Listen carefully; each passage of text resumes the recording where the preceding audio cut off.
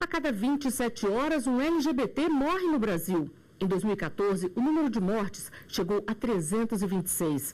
Os dados são do Grupo Gay da Bahia, uma das organizações mais atuantes na luta pelos direitos dos LGBT. Mas a violência não é apenas física, acontece também na forma de injúrias e preconceito.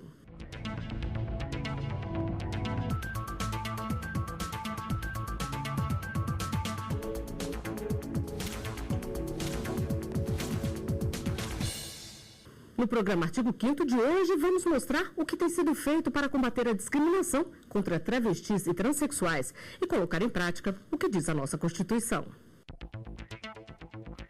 O artigo 5º determina que todos são iguais perante a lei, sem distinção de qualquer natureza, e garante a inviolabilidade do direito à vida, à liberdade, à igualdade e à segurança.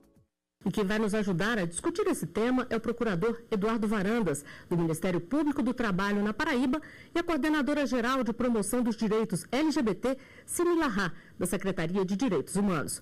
Obrigada por aceitarem nosso convite. Sejam bem-vindos ao artigo 5º. Coordenadora, gostaria que a senhora começasse explicando para a gente qual é a diferença entre travesti e transexual. Bom, travesti é uma pessoa que nasceu com um sexo e se define com o gênero oposto àquele sexo, né? Mas então não tem rejeição ao seu sexo.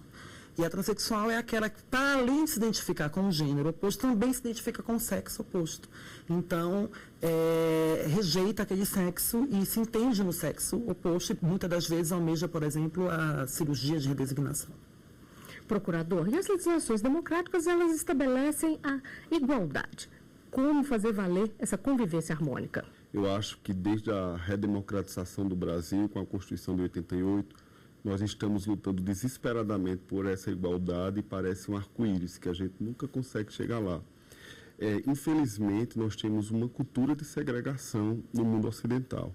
E aí nós estamos lutando efetivamente, depois do reconhecimento pelo Supremo Tribunal Federal da União Homoafetiva, que embora esteja ligado a um ponto só do problema, nós estamos lutando com mais eficácia agora para que não haja nenhum tipo de desconforto, de discriminação do ser humano, independentemente de qualquer característica, e nomeadamente no que se refere à identidade de gênero, porque a gente verificou que um dos segmentos mais desprotegidos, não é? Dentro de tantos segmentos que nós temos na sociedade, é exatamente o dos LGBTs. Coordenadora, e a senhora é a primeira coordenadora trans da Secretaria de Direitos Humanos. Qual a importância de chegar a esse cargo? A sua experiência vale muito na hora de lutar pelos direitos? Com certeza.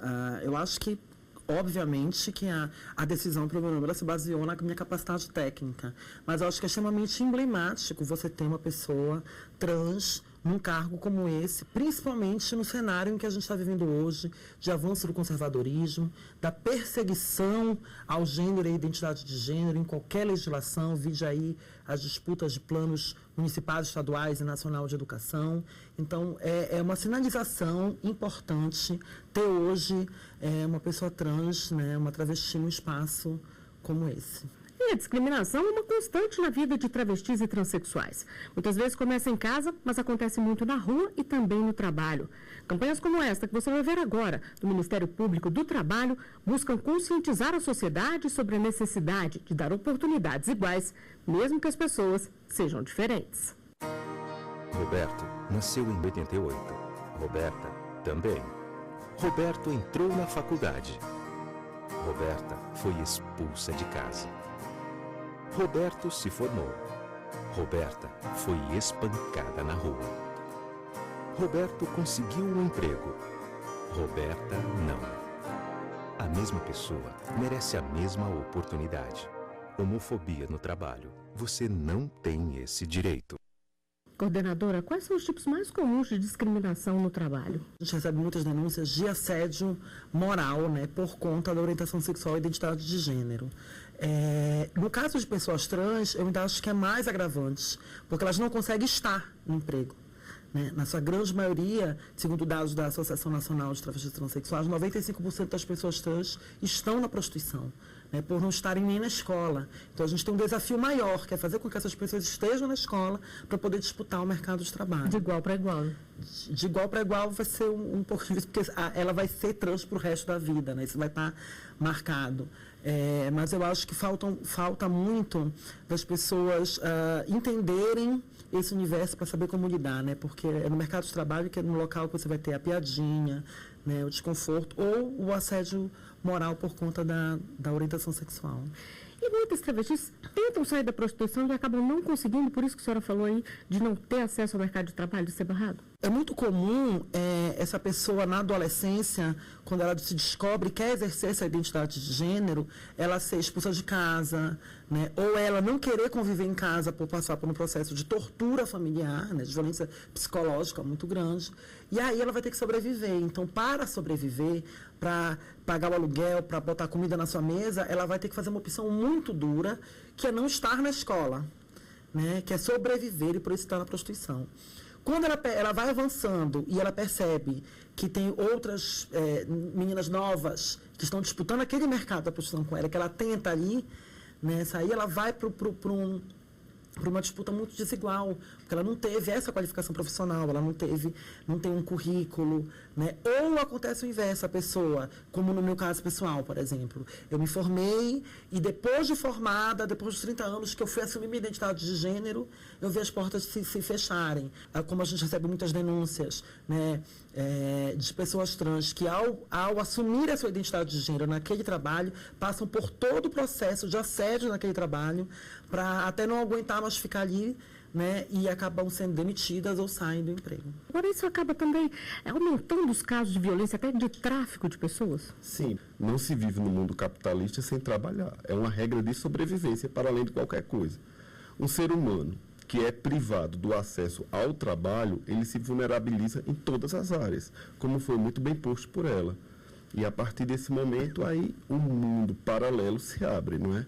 Começam muitas vezes como profissionais do sexo, por falta de opção, e depois elas são aliciadas para trabalharem como profissionais do sexo em outros países. Nessa questão do tráfico internacional, há vários agravantes, não é? O indivíduo é convidado para uma proposta tentadora, por uma questão salarial, por vezes, declarada bem melhor, e quando chega no país de destino, muitas vezes são tornadas escravas do sexo. Nós temos um caso que foi apurado na Paraíba, onde moravam num cubículo 16 travestis, elas eram obrigadas a trabalhar 10 horas por dia, manter uma produtividade de 800 euros por dia, algumas recebiam castigos corporais, isso aconteceu em Milão. Mas é preciso, quando a gente avalia esse cenário, é preciso que a gente pergunte que país nós temos também. Por quê? Porque nós organizamos uma missão diplomática para Milão, para resgatar as travestis vitimadas por esse cenário, e uma boa parte delas não quis voltar, porque elas nos disseram que a liberdade no Brasil é pior do que a escravidão na Europa. Eu acho importante isso que ele está falando pelo seguinte, a prostituição para uma pessoa trans, ela não é encarada pela pessoa trans como algo que afeta a sua dignidade. É muito complicado isso, porque a pessoa trans, ela olha a prostituição como acesso à cidadania, porque incrivelmente, não deveria ser, mas é a prostituição que faz com que ela tenha uma casa, com que ela tenha um celular do ano, com que ela tenha um carro, com que ela seja aceita na sua família novamente, quando ela retorna, né, porque o tráfico de pessoas trans não se dá só para o exterior, né, eu sou paraense, e o que mais tem em São Paulo é travesti paraense. Né? Acontece muito aqui dentro. Verdade. Então, assim, e ela, quando elas retornam para a cidade, com dinheiro, podendo comprar uma casa e dar uma estrutura para a família e comprar a sua aceitação na família, então ela não encara a prostituição como algo degradante. Ela encara a prostituição como um processo para conquistar a cidadania. Mas tem um detalhe importante que a gente tem que considerar. Uma travesti escrava do sexo, ela não estava apenas exercendo a autoprostituição, ela era explorada. Ela está sendo obrigada a isso.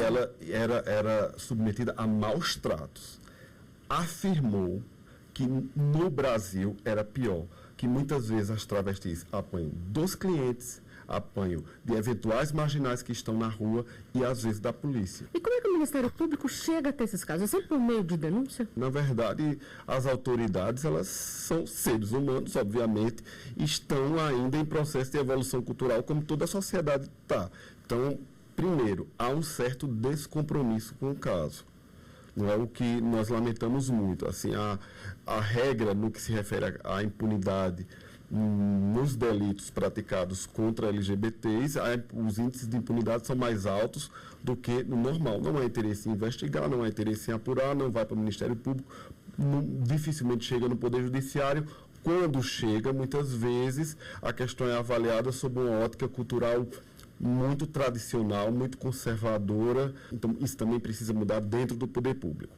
Agora, o Ministério Público tem feito, sim, tem conseguido alguns avanços. O que chega na Procuradoria do Trabalho, no que se refere à nossa área de atuação, que é discriminação no trabalho, é apurado e é demandado judicialmente. O que se deve ser medido para fins de seleção no trabalho é a aptidão para a atividade. O que passar disso será discriminação e merece ser repudiado.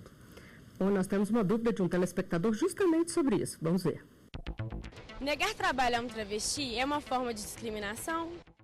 Procurador, o senhor já falou que é discriminação, mas cabe também uma ação e até um pedido de indenização? Cabe um pedido de ação pela vítima, uma indenização individual, como nós chamamos, e deverá também ser denunciado o caso ao Ministério Público do Trabalho para a propositura, instauração de um inquérito civil em uma eventual proposição de ação civil pública, porque um indivíduo discriminado gera um dano moral a toda a coletividade. Bom, nós temos mais uma pergunta, vamos conferir. O travesti pode ser impedido de entrar em algum lugar só por estar vestido como mulher? Coordenadora, estabelecer condições diferentes aí, exigir algum tipo de roupa, também é um tipo de discriminação, né? Sim, eu só queria fazer uma pequena correção antes, né? Você não fala o travesti, você fala a travesti, porque a travesti é gênero feminino. No caso da pessoa transexual, se ela nasceu com sexo feminino, né, e se identifica com gênero masculino, você vai falar de acordo com o gênero que essa pessoa assumiu. Então, é o transexual, no caso do gênero feminino, é a transexual. É bom esclarecer, né? É bom esclarecer. Eu acho que isso já diminuiu um pouco. Por exemplo, eu não sofro esse tipo de constrangimento. Mas acredito que sim, assim como você impedir uma pessoa trans de se vestir de acordo com o seu papel de gênero, também você dizer que uma mulher está mal vestida porque ela tem uma roupa curta, né? E por aí vai. Então, acho que é um tipo de discriminação, sim. No trabalho, o empregador ele pode exigir a utilização de uniformes, desde que não agrida a situação da trans. No que se refere à sua identidade de gênero, não há problema. O empregador não poderá impor, agredir a identidade de gênero do ser humano. Se ele se sente mulher, ou seja, se ele assume o perfil trans, então ele deverá ser tratado exatamente igual às demais mulheres. Bom, no próximo bloco você vai saber mais sobre o nome social. O artigo 5º volta já.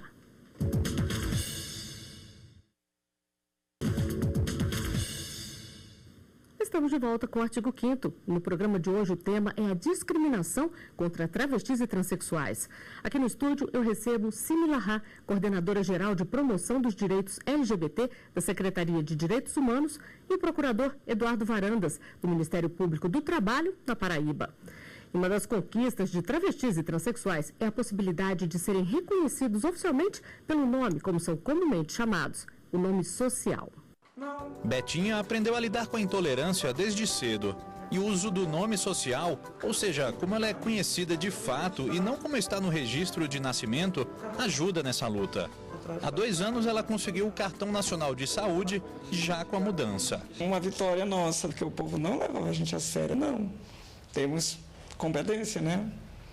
De poder ser inserido na sociedade. A importância desse instrumento é assegurar à pessoa o reconhecimento à sua identidade de gênero. Então, a travesti, quando ela se identifica e como ela se aparenta como mulher, ela precisa ter essa característica respeitada. Então, com o instrumento da adoção do nome social, você consegue promover e proteger outros direitos, principalmente direitos de acesso ao serviço público. Os hospitais aceitam o uso do nome social desde 2009. A Administração Pública Federal desde 2010. Na Universidade de Brasília, a adoção do nome social passou a ocorrer em 2012.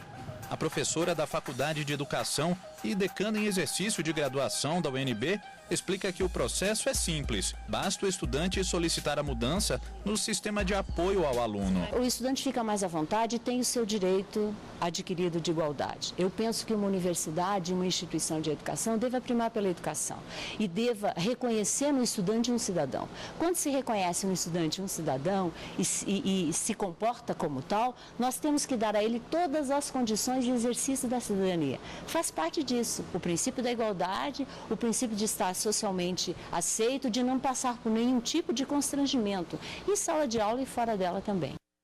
Coordenadora, e essa é uma luta grande, diminuir toda essa burocracia para a mudança oficial do nome? Com certeza, porque a própria definição fala, né? Nome social é como eu quero ser socialmente tratada, né?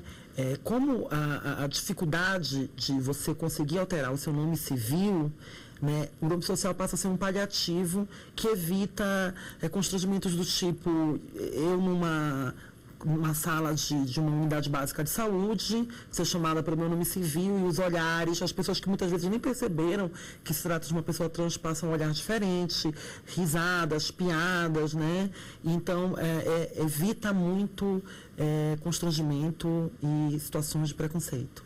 Procurador, e quem quer adotar esse nome social deve fazer o quê? Quem é que pode fazer essa mudança? O nome social é um paliativo. Eu, como operador do direito, não me satisfaço com paliativos. Eu acho que deve ser facilitado a alteração do nome civil. Isso é o ideal, né? Esse é o ideal e é o que está mais em acordo com a Constituição da República, com o princípio da não discriminação e da dignidade do ser humano. Um indivíduo que se sente do sexo oposto, continuando com o nome que foi batizado para todos os efeitos legais dos documentos oficiais, vai haver, com o nome social, uma diminuição do constrangimento. Mas nós queremos uma eliminação do constrangimento. Hoje, para se trocar o nome civil, precisa se deflagrar um processo judicial, nem sempre há autoridades judiciárias com esta sensibilidade, depois precisa-se ter um laudo psiquiátrico, um laudo de um psicólogo, uma série de elementos burocráticos do processo, e a justiça que a gente tanto almeja nem sempre chega àquela pessoa que necessita apenas ser reconhecida como ela de fato é. Então, eu acho que o nome social já há um avanço muito grande, como foi dito. E já estamos no estágio de reconhecimento cada vez maior do nome social. Ótimo. Mas o nosso objetivo é a alteração do nome civil, para todos os efeitos jurídicos também, e não apenas sociais. Aí talvez a gente esteja muito pertinho da palavra dignidade. Agora, para a adoção do nome social, não é preciso todo esse processo aí que o senhor falou, né? De ter testemunha, ter um relatório. Não, aí é mais simples. Depende de cada estabelecimento, porque, na verdade, não é um aspecto judicial, é um aspecto administrativo. Na verdade, o nome, juridicamente falando, é o nome civil.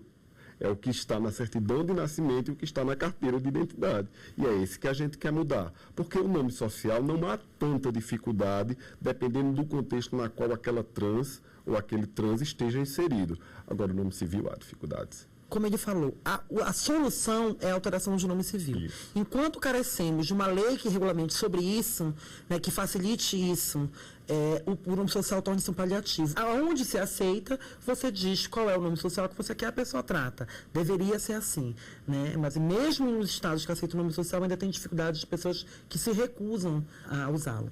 Bom, e vamos à última pergunta, feita nas ruas, para ser respondida pelos nossos convidados. Gostaria de saber o que pode acontecer com um agente público que discrimina um travesti. Coordenadora, existem casos de transexuais e travestis também que denunciam a violência ali e acabam sendo discriminados e muitas vezes assediados pelos próprios policiais. Esse tipo de denúncia chega muito até vocês? Sim, consenso de que o Estado é o maior violador de direitos humanos nesse caso, né? São em delegacias, muitas vezes as pessoas chegam para denunciar e acabam se revitimizando, né? Através da nossa ouvidoria de direitos humanos nacional, do Disque 100, a gente, né, comunica os estados, né, e municípios, dependendo de onde for a denúncia, e abre-se geralmente processos administrativos, mas isso varia muito do entendimento. Por exemplo, a gente já recebeu respostas de alguns poderes públicos que dizem assim, não é transfobia, por exemplo. Na delegacia chega, não foi preconceito, né, foi briga de cliente. Então, assim, dependendo de onde for, ainda há uma dificuldade da pessoa entender a violação contra uma pessoa LGBT, ou a violação contra uma pessoa trans como uma violação. O que essa pessoa trans pode fazer, procurador? Qualquer ato abusivo num Estado democrático de direito ou violador de direitos praticado por uma autoridade, ele tem a via formal de correção. Se for um ato realmente ilícito, além do devido processo penal em cada hipótese. Agora, na prática, é como foi dito, a punibilidade não acontece. Se procura sempre uma forma de desvirtuar a lesão. Descaracterizar o que exatamente. E aí não acontece simplesmente nada. Por quê? Porque o país é preconceituoso. O país ainda sofre de fobias de diversos aspectos. Ou seja, a sociedade, ela elegeu pessoas que podem receber toda a gama de direitos decorrentes da cidadania e excluir outras. Isso vem sendo aceito. Essa aberração de excluir pessoas, ela vem sendo tolerada, nada obstante a Constituição Federal diga há tanto tempo que discriminação no Brasil não é possível. Bom, então nós vamos ver um pouquinho do que acham as pessoas nas ruas. A nossa equipe foi ver se as pessoas acham que existe ainda muita discriminação contra travestis e transexuais. Vamos conferir. Todo mundo deve seguir a sua vida da melhor maneira possível. Discriminação existe sim. Eu acredito que exista muita discriminação pelo fato de ser algo diferente. O que é diferente gera uma certa especulação das pessoas. É uma diferença, mas todos nós somos únicos e que essa diferença sirva para nos acrescentar. Vivemos numa sociedade que desde o passado, desde quando foi criada, existe a discriminação, seja em qualquer setor, né? E que ainda não sabe viver em comunidade com essas pessoas. Nós temos que trabalhar muito ainda nossa sociedade, nossa cultura, nossos valores, para saber respeitar mais a opção sexual de cada pessoa. Coordenadora, por que as pessoas se incomodam tanto com a identidade sexual dos outros? O que leva a tanta discriminação? Eu acredito que a educação do pecado. Né? As pessoas nascem e elas são educadas, né, de que pessoas, que um homem foi feito para uma mulher, né, e que um homem não pode amar outro homem, que uma mulher não pode amar outra mulher, e que uma pessoa tem que seguir o padrão de gênero da sua genitália. Então, e que qualquer coisa que foge a isso é pecado, é abominável. Acho que é essa educação que precisa ser mudada. Né? Porque se a educação fosse pautada no amar uns aos outros, né? Simplesmente no amor do seu diferente, seria diferente essa situação. Procurador, no Brasil não existe ainda uma lei contra a homofobia. Como é que então são caracterizados esses tipos de crime? O tipo penal homofobia, ele não tem como ser criminalizado sem uma previsão legal. Tá? Então isso deixa margem a práticas absolutamente monstruosas na sociedade e muitas vezes sem punição. Agora, o que pode acontecer é que o delito seja praticado em face de uma pessoa trans, mas que esteja previsto genericamente no Código Penal. Por exemplo, o crime de injúria. Aí ele vai ser processado por injúria. Mas não há nenhuma proteção penal efetiva ao segmento. Não há. Bom, para encerrar o programa, então eu gostaria de saber de vocês o que precisa ser feito para que a igualdade seja realmente respeitada. Procurador. Eu gostaria que as pessoas mudassem os seus pensamentos. Albert Einstein já dizia que era mais fácil mudar um universo do que um preconceito. Então eu queria que as pessoas refletissem que ninguém é obrigado a ser como nós desejamos. Cada pessoa tem o direito à sua autodeterminação, a se apresentar para viver feliz. É o que a gente chama de acesso à felicidade. Então, antes de criticar, antes de discriminar o próximo, olhe-se no espelho e veja que todos nós temos traumas, angústias, alegrias, conceitos e preconceitos. A gente só não pode fazer refletir isso nos outros. E para a senhora, coordenadora? Eu também acho que tem que haver uma mudança de cultura. As pessoas, elas têm que fazer mais o que elas pregam, né? Há um discurso, né, do amor, do igual, e há uma prática completamente diferente disso. Mas enquanto não há essa mudança de cultura, enquanto o ser humano não for mais humano, né, não olhar mais para si, eu acho que a gente carece de legislações. É urgente, o Brasil precisa dessa devolutiva, né, para essa parcela da população. Nós carecemos de aprovar legislações pró-LGBT. Bom, e o artigo 5º fica por aqui. Procurador, coordenador, agradeço muito a presença de vocês aqui e todos os esclarecimentos. Eu agradeço também a sua companhia. Você pode rever os nossos programas no site tvjustiça.jus.br. E se quiser que a gente discuta um tema específico, mande a sua sugestão para o e-mail artigo5@stf.jus.br. Até a próxima semana.